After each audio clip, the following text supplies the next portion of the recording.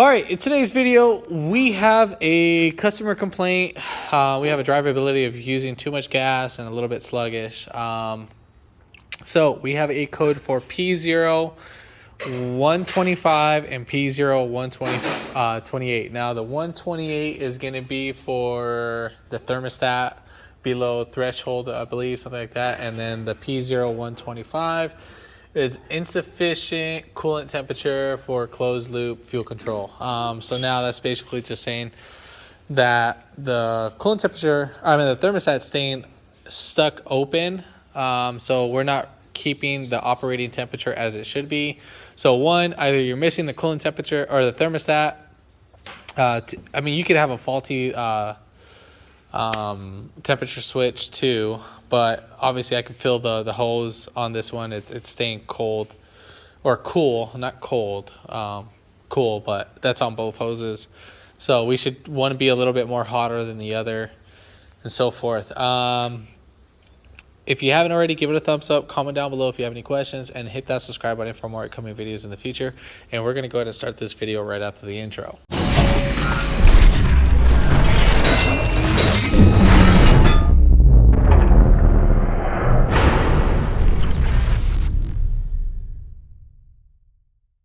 All right, first things first, what we're going to go ahead and do is that we're going to go ahead and do the thermostat first.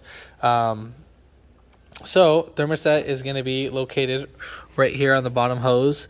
Now this vehicle does not have a splash shield under, so we're just going to slide something right under and just, I'm not even going to drain the coolant. I'm just going to take off the lower hose and then just go from there, and I have something to catch all the coolant. If you wanted to, you can jack up the vehicle just so you can get like your tray, or if you had something under. But right here, do not jack it up at your pinch weld. That is not a jacking point. That is for a lift, if you're going to lift the car up from 4 points at once. But jacking up point right here, you can lift up at your subframe, or right here on the lower on the frame where the bolts are. So those are your spots that you can jack it up from. Again, not at the pinch weld, because that is not a correct spot. You can do it a couple times, but you will end up destroying the pinch weld area just because it's too much weight in that little area. It's not being distributed correctly. All right, so I'm going to go ahead and get the car jacked up a little bit, and then from there we'll go ahead and start the process. All right, so coming right down below, what I'm just going to go ahead and do, I don't think it's a housing. I think it's just the two 10mm bolts. So we have one right here and one right there. I'm not going to disconnect the hose, so we're just going to try to make this as quick as possible. So I'm going to take off these two 10mm bolts or nuts.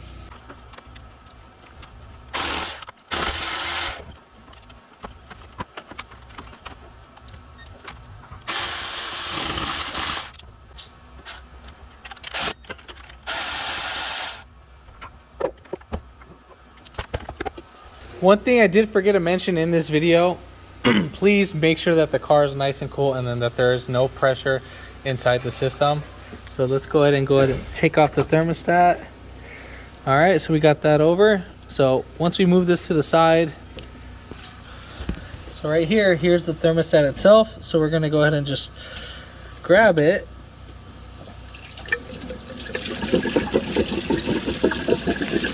And just let it drain right out, just like that. Now, as you can see, we already have our drip tray. Oh God. Trying to get most of all the fluid out, but yeah. So before putting in your new thermostat, make sure your area is nice and clean. So let's go ahead and look. So we are somewhat a little bit dirty. So we're gonna go ahead and get a wire brush. And let me go ahead and just show you. So right here, you can see it's a little bit corroded. So I'm gonna get a wire brush, and I'm just gonna go ahead and clean up that area, and then we'll go ahead and get back to the video. All right, so here's our new thermostat. Got this at our auto parts store. One thing to pay attention, right here behind the thermostat, mostly every single thermostat will have a number in the back. So let me go ahead and get that zoomed in. So right there says 180 degrees Fahrenheit or 82 degrees Celsius. So 82 degrees Celsius is the same thing as 180 degrees Fahrenheit. And then that's what we want our thermostat, that will be our operating temperature. Now the 180 degrees means that this thermostat, once it gets past 180 degrees, that this will start to open and allow coolant to flow as it should. Now another thing is too, right here we have a bleeder screw that needs to be at the 12 o'clock position. So this needs to be going in just like that. Going in like that, no, that's no good. Going in like that, no, that's not good. Or in sideways. So we need to make sure. Now if yours doesn't have a bleed screw, must be some aftermarket one. And basically what this little bleed screw is that if there's any air pockets in the system, that it'll pass through, or just keep the little small coolant flow of going passing the thermostat. So let's go ahead and see in our thermostat. We got our area cleaned, and we also got our thermostat housing cleaned up. So there we have it. We got it as cleaned up as mostly as possible. That is best as I'm going to get that cleaned up, since it's an out-of-state vehicle. It's a little bit corroded. So again, we're going to go ahead and get that. So as you're putting this in, you need to make sure it's fully seated, because if not, you will have a leak. So you see how right now that is not in the correct position. I mean, it'll still be suffice, but we want that to be right there. I know the camera is a little bit angled, but it's actually at the 12 o'clock position. All right, so next we're gonna go ahead and get our thermostat. Sorry about the camera moving around, guys.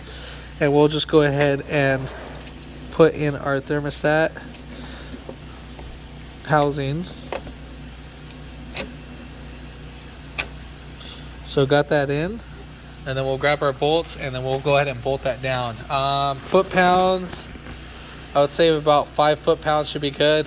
Yeah, that's what I think it should be torqued down to. So I'm going to go ahead and get that torqued down, bolted down, and then we'll go ahead and get back to the video.